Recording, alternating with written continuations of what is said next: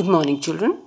Today in Social Science and Economics in class 9, we'll take up the topic Poverty Line Estimation in India, part of the chapter Poverty as a Challenge. Now, there is no doubt that poverty is, a lot of people who are living in a state of poverty face so many difficulties, but they are absolutely helpless. So, we need to understand that how are we going to find out that who are the people who are poor. In India, if we take up the example that the subsistence level or the minimum level of food requirement, that is calories are required, then clothing is required, footwear, fuel, education, medical facilities are required. All these are important for determining that if a person is able to fulfill needs, basic needs, then he is in a better condition, otherwise he is living in a state of poverty. Now, we also understand that work in rural and urban areas are different. In rural areas where farmers are working hard in the field all the time, through the different seasons, summer season, winter, and all other seasons through the year. So we see that their physical exertion is more than people who are engaged or employed in the urban areas. In urban areas also they are working, but the nature of work is different. And secondly, there's also difference of prices of goods.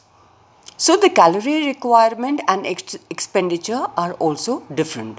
So we estimate the poverty line on the basis of calorie requirement and the level of earning.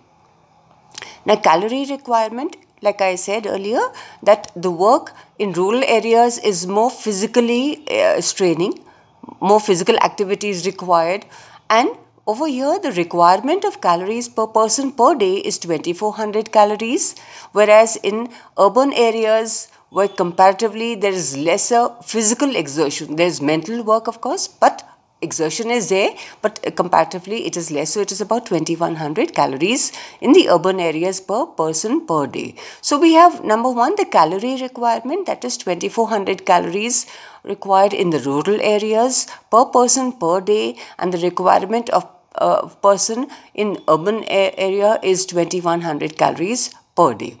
So if a person is not able to consume that amount of calories per person per day, then that person is known to be living below poverty line. Then we take up the level of earning or expenditure. Expenditure depends on the earning.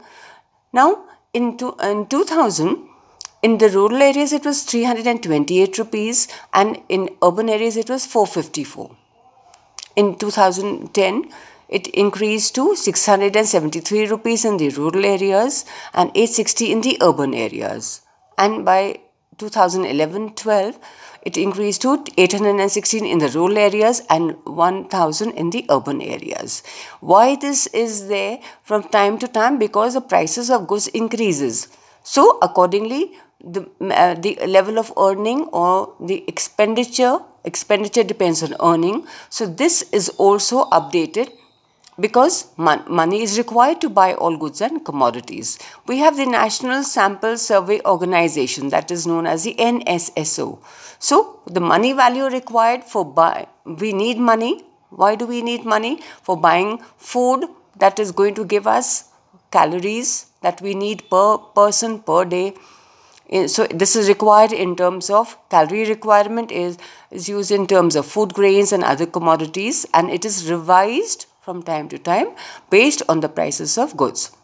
So we have in India in 1950, it was established, that is the National Sample Survey Organization, and it conducts surveys at regular interval of 5 years, and socio-economic surveys are carried out. Then it is also, we have in different other countries also, alright, we have people who are poor. It's not only in our country that we have poor people. So for determining the poverty line and for comparison, we have international organizations also, and one such is the World Bank, which is an international organization, and it uses a uniform standard method, that is minimum availability equivalent to $1 per person per day. So if a person is earning that amount, then person will be able to fulfill the basic needs, otherwise not. So we see further on that in India there has been a decline in the poverty ratio. In 93-94 it was about 45%, which by 2005 it reduced to 37.2%. And by 2012 it came down to 22%. We still have a large number of people, we still have a large percentage of people who are living below poverty line, and there are different measures and programs which have been launched by the government in order to bring down this level of poverty so that all people deserve to have a reasonable standard of life so that they can enjoy that. Now, before we move on, we also have to understand why there is so much of poverty in our country. So there are various causes. It's not one simple cause, but there are various causes. Now, one is that historically we were the low level of economic development under British rule. That is till 1947, we were under the British rule, and their policies were such, they suppressed us, they exploited us. So socially, economically, politically, they dominated over us. So that was why, because they did not want us to prosper. They prospered, of course, but we did not. So that is one reason why we were ruled till 1947 under the British. So that is one major reason one can say. Then secondly, due to the British rule, there was a decline in traditional handicrafts. Jobs reduced, and they also discouraged industrial development.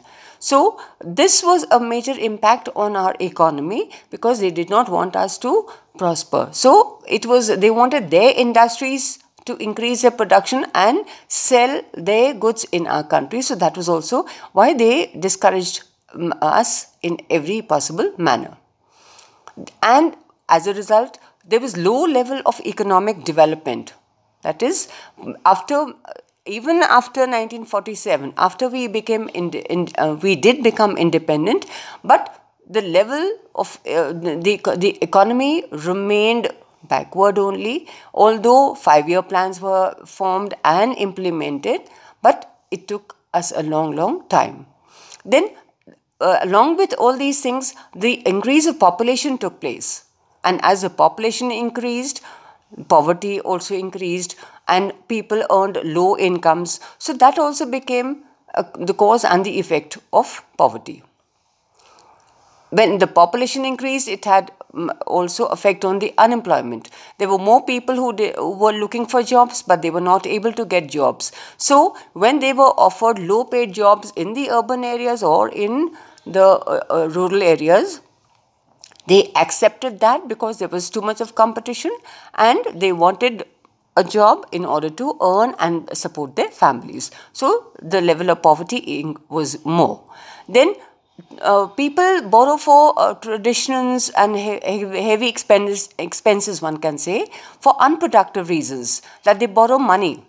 For instance, like for marriages or for celebrations and all that. The money that they borrow, they have to repay it also, but in return they are not going to get anything. But yes, if they borrow for purchasing land and all, that will give them returns. So for unproductive reasons, they borrow money just to take care of their traditions and customs. So that also becomes a reason for them to remain poor. And then we have this factor, that is the unequal distribution of land and other resources.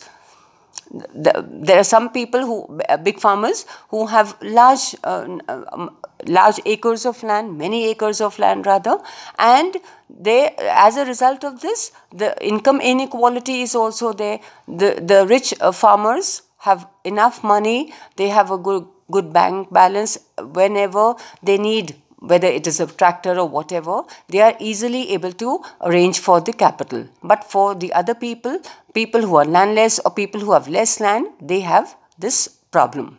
So they continue to live in a state of poverty. Then we also see that the small farmers borrow money for buying seeds, fertilizers, and various other things that they need. But later on, it becomes difficult for them to repay the amount of money, and they are trapped in heavy debts. So in the sense that when they are borrowing money, they borrow money either from the zamindars or for the money lenders, sometimes from the bank, but they are not able to repay that amount of money. So the debt increases for them. They are not able to repay that money. So their whole life is spent in repaying that amount, which never gets repaid. So it is a heavy burden on them. And sometimes we see that some of the farmers, when they have borrowed a huge amount of money and they are not able to repay, then they end up committing suicide also, which is not a solution to the problem, of course. So we see that it is both the cause and the effect of poverty. That is, because people are born in poor families, they continue to live in poor families, and it has an you can say detrimental effect on the lives of the people. Thank you.